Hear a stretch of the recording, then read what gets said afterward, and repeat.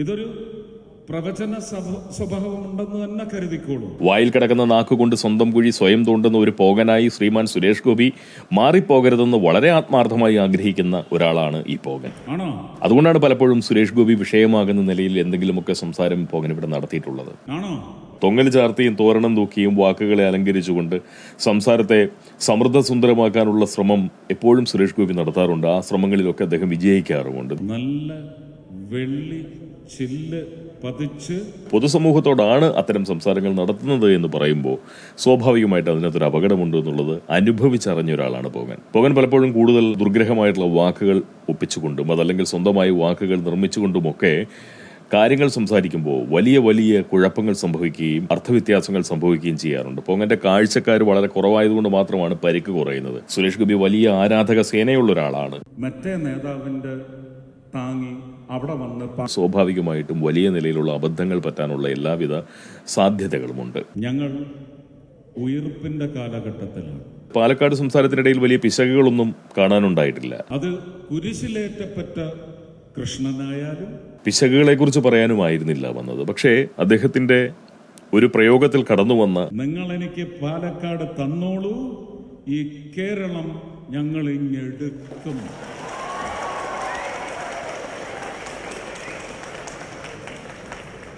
അത് തീർച്ചയായിട്ടും അത്ര ആസ്വാദ്യകരമായിട്ടുള്ളൊരു സംസാരമായിട്ട് പോങ്ങന് തോന്നിയില്ല, അല്ലെങ്കിൽ ഒരു പ്രയോഗമായിട്ട് പോങ്ങന് തോന്നിയില്ല. കേരളം ഞങ്ങൾ ഇങ്ങെടുക്കുമെന്ന് പറഞ്ഞു കഴിഞ്ഞാൽ അതാരാണ് ഈ ഞങ്ങൾ? നമ്മളാണ്. നമ്മളെന്ന് തന്നെയാണ് പറയേണ്ടത്. ഞങ്ങളും നിങ്ങളും അവരും ഇവരും അതൊന്നുമില്ല.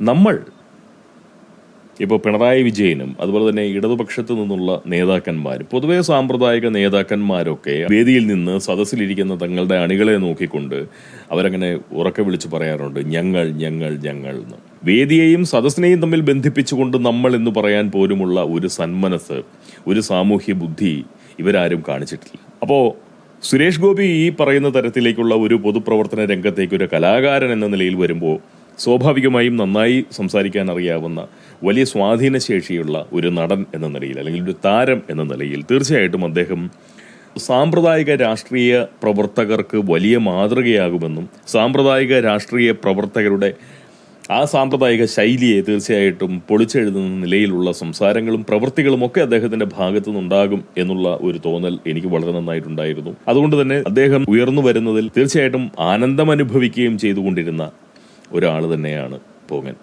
ഇപ്പോഴും അങ്ങനെ തന്നെയാണ്. അതുകൊണ്ടാണ് ഇത് പറയുന്നത്. ഈ ഞങ്ങൾ എന്ന് പറയുന്ന ഒരു പ്രയോഗം തീർച്ചയായിട്ടും അത് ശരിയല്ല ഒരിക്കലും.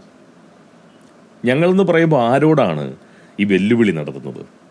ഞങ്ങൾ ഇങ്ങെടുക്കുമെന്ന് പറഞ്ഞാൽ ആരെടുക്കുമെന്നാണ് കേരളം? ഞാൻ എന്ന് പറയുന്നതിൽ തെറ്റില്ല. ഞാനാണ് ഈ സമൂഹത്തിന്റെ ഏറ്റവും ചെറിയൊരണു എന്നുള്ളതാണ്. ഓരോരുത്തരും ഞാൻ മാത്രമാണ്, അല്ലേ? ഞങ്ങൾ എന്ന് പറയുമ്പോൾ തന്നെ അവിടെ വേറൊരു തരം വൃത്തികെട്ട കൂട്ടായ്മ വരുന്നു. ഒന്നുകിൽ നമ്മൾ അല്ലെങ്കിൽ ഞാനോ നമ്മളോ മതി. ഏറ്റവും ചുരുങ്ങിയാൽ ഞാൻ, ആ എന്നിൽ നിന്ന് ഞാൻ പുറത്തേക്ക് വന്നാൽ നമ്മൾ, അല്ലാതെ ഞങ്ങൾ എന്ന് പറയുമ്പം അതൊരു വെല്ലുവിളിയാണ്. മൂന്നാമതൊരു കൂട്ടരോടുള്ള വെല്ലുവിളിയാണ്. സുരേഷ് ഗോപി പറയാണ് ഈ തൃശ്ശൂർ ഞാൻ ഇങ്ങോട്ട് എടുക്കും എന്ന് പറയുമ്പോൾ കേൾക്കാനൊക്കെ ഒരു സുഖമുണ്ട്. അതൊരു വ്യക്തി പറയുന്നതാണ്. ഞങ്ങൾ ഇങ്ങോട്ട് എടുക്കും എന്ന് പറഞ്ഞു കഴിഞ്ഞാൽ അതിൽ മാറ്റം വന്നു. ഞാൻ പറയുന്നത് കിട്ടും എന്നാണ് വിചാരിക്കുന്നത് കുറച്ചെങ്കിലും ആളുകൾക്ക്. അതുകൊണ്ട് കേരളം ഞങ്ങളല്ല എടുക്കേണ്ടത്, കേരളം നമ്മളാണ് എടുക്കേണ്ടത്. നമ്മൾ എന്ന് പറഞ്ഞാൽ അതിനകത്ത് എല്ലാ മനുഷ്യരും പെടും. സദ്ബുദ്ധിയുള്ള എല്ലാ മനുഷ്യരും അതിനകത്ത് പെടും. ഇപ്പം അദ്ദേഹം അടുത്ത ഒരു പ്രയോഗം നടത്തി കണ്ടു. Spiritual tourism. സാമ്പ്രദായിക രാഷ്ട്രീയക്കാർക്ക് മതമോ ജാതിയോ ഉപേക്ഷിച്ചുകൊണ്ട് നിലനിൽക്കാൻ കഴിയില്ല. അവരുടെ രീതി അതാണ്. പക്ഷേ സുരേഷ് ഗോപിയെ പോലുള്ള കലാഹൃദയമുള്ള കലാകാരന്മാരായിട്ടുള്ള താരങ്ങളായിട്ടുള്ള രാഷ്ട്രീയ പ്രവർത്തകർക്ക് അല്ലെങ്കിൽ പൊതുപ്രവർത്തകർക്ക് സ്വാഭാവികമായിട്ട് അവരെയൊന്നും ജനസേവന വ്യവസായികൾ നമുക്ക് പറയാൻ കഴിയില്ല. അപ്പോൾ അങ്ങനെയുള്ള അവരിലൂടെയൊക്കെയാണ് മാറ്റങ്ങൾ എളുപ്പത്തിൽ ഈ സമൂഹത്തിലേക്ക് വരാനുള്ള സാധ്യത, അല്ലെങ്കിൽ അവർക്കാണ് മാറ്റങ്ങൾ കൊണ്ടുവരുവാൻ കുറച്ചുകൂടി എളുപ്പത്തിൽ കഴിയുന്നത്. കാരണം അവരുടെ കൂടെ പുതുമ എന്ന് പറയുന്ന ഒരു ഘടകമുണ്ട്. അപ്പോൾ അതുകൊണ്ട് അവർക്ക് പറ്റും. ഇപ്പം പിണറായി വിജയൻ ഞാൻ ദാസനാണ്, ജനങ്ങളുടെ ദാസനാണ് എന്ന് പറയുമ്പോൾ കൂവലുണ്ടാവുന്നത്, ചിരിയുണ്ടാവുന്നത് എന്തുകൊണ്ടാണെന്ന് ചോദിച്ചു കഴിഞ്ഞാൽ ഞാൻ ദാസനാണ് എന്ന് പറയുന്നത് വിജയനാണ് എന്നുള്ളത് കൊണ്ട് തന്നെയാണ്. കാരണം വിജയനാണ് എന്നുള്ള കാര്യം നമുക്കറിയാം, പൊതുസമൂഹത്തിന് അറിയാം. വിജയനെ വിജയനായിട്ട് തന്നെ ആളുകൾ കാണുന്നുള്ളൂ. വിജയനെ ദാസനായി കാണാൻ ആരും തന്നെ ആഗ്രഹിക്കുന്നില്ല, താല്പര്യപ്പെടുന്നില്ല. അതിന് അദ്ദേഹത്തിന് ഇനി ഈ ജന്മോട്ട് കഴിയുകയുമില്ല. ബ്രാൻഡീകരിക്കപ്പെട്ടു പോയി എന്നുള്ളതാണ് അദ്ദേഹം അങ്ങനെയാണ്. ഇനി അദ്ദേഹത്തിൻ്റെ ഒരു മാറ്റമില്ല. ഇനി എത്ര തന്നെ മാറിയാലും പൊതുസമൂഹം അത് അംഗീകരിക്കാനും പോകുന്നില്ല എന്ന് പറഞ്ഞതുപോലെ തന്നെയാണ് ഈ സാമ്പ്രദായിക രാഷ്ട്രീയക്കാർക്ക് അവരുടേതായിട്ടുള്ള ഒരുപാട് പരിമിതികളുണ്ട്. അപ്പോൾ പുതുമ എന്ന് പറയുന്ന ഒരു ഘടകം അല്ലെങ്കിൽ ഒരു വേറിട്ട പാതയിലൂടെ സഞ്ചരിക്കാനുള്ള സ്വാതന്ത്ര്യമുള്ളത് തീർച്ചയായിട്ടും ഈ പറയുന്ന ഇത്തരം കലാകാരന്മാരായിട്ടുള്ള സാമൂഹ്യ പ്രവർത്തകർക്ക് തന്നെയാണ്. അപ്പം അതുകൊണ്ട് ആ സാധ്യതകളൊക്കെ ഉപയോഗിക്കാൻ വേണ്ടുന്നതായിട്ടുള്ള പ്രവർത്തനങ്ങളായിരുന്നു വാസ്തവം പറഞ്ഞാൽ സുരേഷ് ഗോപിയുടെ ഭാഗത്തു നിന്നുണ്ടാവേണ്ടത്. അതുകൊണ്ട് മതമൊക്കെ വിട്ടുകളിക്കാൻ പറ്റുന്ന ഒരു സാഹചര്യം തീർച്ചയായിട്ടും പൊതുപ്രവർത്തന രംഗത്ത് സുരേഷ് ഗോപിക്കൊപ്പം ഉണ്ട് എന്നുള്ളതാണ്. അപ്പം അതുകൊണ്ട് ഈ ആത്മീയ വിനോദ യാത്രകൾ എന്നൊക്കെ പറയുന്നത് തീർച്ചയായിട്ടും എനിക്കറിയില്ല അതൊക്കെ എത്രത്തോളം ആളുകൾ നല്ല രീതിയിൽ ഉൾക്കൊള്ളും എന്നുള്ളത്. വ്യക്തിപരമായി പോങ്ങന്റെ ഒരു കാഴ്ചപ്പാട് എന്ന് പറയുന്നത് പൊതുപ്രവർത്തകർ മതത്തെ വിട്ടുകൊണ്ടും ജാതിയെ വിട്ടുകൊണ്ടും ഏതെങ്കിലും സമുദായങ്ങളെയൊക്കെ വിട്ടുകൊണ്ട് ഒറ്റക്കെട്ടായിട്ട് നമ്മൾ എന്ന് പറയാൻ കഴിയുന്ന ഒരു അവസ്ഥയിലേക്ക് സമൂഹത്തെ ഉയർത്തിക്കൊണ്ടുവരാൻ, സാമൂഹ്യ ചിന്തയെ ഉയർത്തിക്കൊണ്ടുവരാൻ കഴിഞ്ഞാൽ മാത്രമേ കാര്യങ്ങളൊക്കെ ഭംഗിയായിട്ട് പോകൂ എന്നുള്ള ഒരു ചിന്ത ഉണ്ട്. അതുപോലെ ഞങ്ങൾ ഇങ്ങോട്ട് എടുക്കും എന്ന് പറയുമ്പോൾ അതിനകത്ത് മറ്റൊരു ഭീഷണി കൂടിയുണ്ട്. BJP യെ സംബന്ധിച്ച് ഇന്ത്യ മഹാരാജ്യത്തെ അല്ലെങ്കിൽ ലോകത്തിലെ തന്നെ ഏറ്റവും സമ്പന്നമായിട്ടുള്ള ഒരു രാഷ്ട്രീയ പ്രസ്ഥാനമാണ്. ഇപ്പോൾ കേരളത്തിൽ CPM എന്ന് പറയുന്ന പോലെ തന്നെയാണ് ഇന്ത്യ മഹാരാജ്യത്ത് BJP അതിസമ്പന്നമായിട്ടുള്ള ഒരു രാഷ്ട്രീയ പ്രസ്ഥാനമാണ്.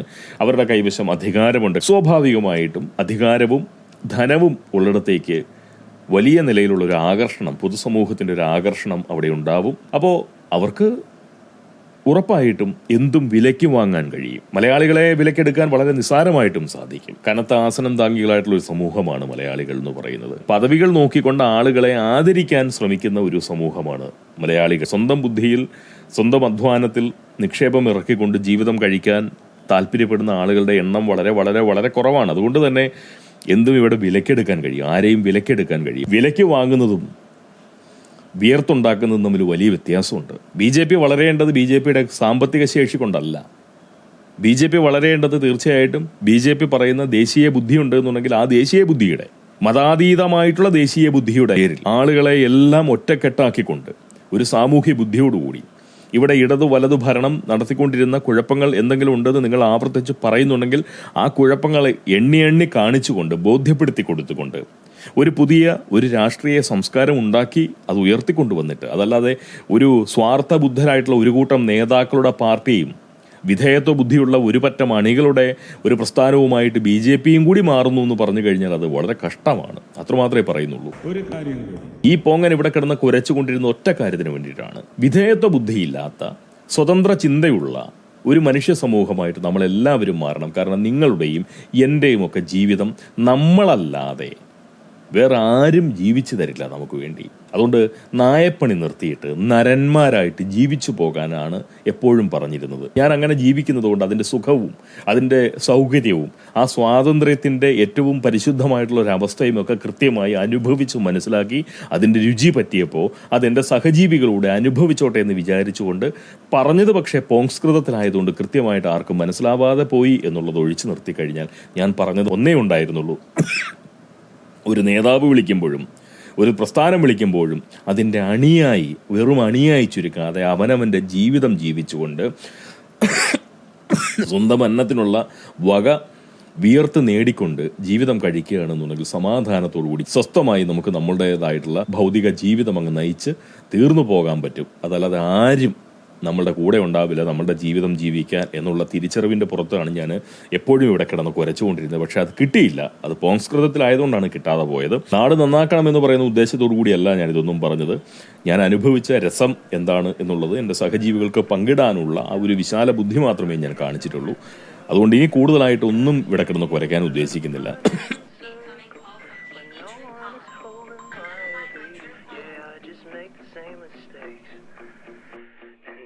I don't